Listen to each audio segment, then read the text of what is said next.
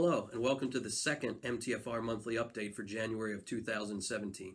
Quick reminder on new volunteer and career staff. If you have not had the opportunity to take a look, please view the first monthly update from earlier this month, which will show you all of our new volunteer and career staff. A couple fleet notes for this month. We have one structural engine currently at the Pierce dealership, which is getting a new radiator. That unit has had a repair to the radiator in the past, and at that time Pierce chose not to replace it under warranty. The interim repair is not working, and we are now at a point where that vehicle again is getting a new radiator put in, and Pierce is taking care of that issue for us under an extended warranty. So we hope to have that unit back in a few days. Two other quick reminders on the fleet cold weather operations. Make sure again you're familiar with what we mean by that. Here we are in January, so we have another month or two to go. That may be pertinent. Also, any repairs that are needed on the fleet, if you find something evenings or weekends, damage, repair that's needed to an apparatus, or simply a concern that you might have, make sure that you use the MTFR fleet at manheimtownship.org email so that we get that information. Couple notes on training. Prior to the February update, the first Hazmat Ops refresher for the year will start. That is Monday evenings 20 and 27 February. The second Hazmat Ops refresher will be those same dates, 20-27 March. So please make sure that you are in attendance for one of those. Also, aircraft crash rescue, which is required for level 2 on the township grid. Again, that has been posted by Captain Bezick, and that starts in early April. So in order to make that class run, make sure if you're interested or if you need that you get signed up so we can meet the student count. A couple quick notes on pre-fire survey for the month. Site work continues at the Belmont project along Fruitville Pike. Also, site work has now started at the intersection of Mannheim Pike and Delp Road in front of the PP&L complex, where a new auto dealership is building a new complex.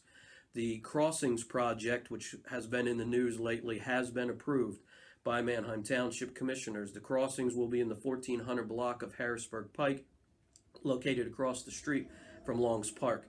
Site work there will begin probably later this spring or early summer, so we'll keep you apprised of that. But that is also a major commercial development that is going in, and that will include a Wegmans supermarket, multiple one-story retail buildings, a new 3- or 4-story hotel, which will be located on top of the hill behind Toys R Us, and there will also be 6 4-story apartment buildings at the rear of the complex. There will be a new private road that will go through there from the traffic light at Harrisburg Pike at Longs Park that will wind through the complex and come out on Farmingdale Road. So that again will be a fairly large commercial complex that will start later this spring.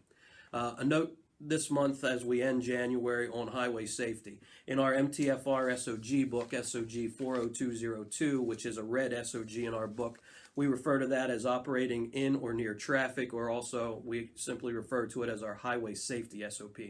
Here this week there was another case across the country where an emergency responder lost their life.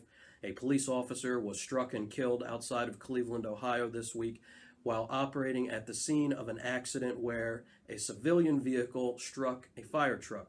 The civilian was killed, the firefighters were not injured, but again, while the law enforcement were operating at the scene of that accident, another vehicle came through and struck and killed the police officer. So it is imperative that everyone in our organization, whether you're a driver operator, the officer riding the right front seat, or the crew, be intimately familiar with that SOP.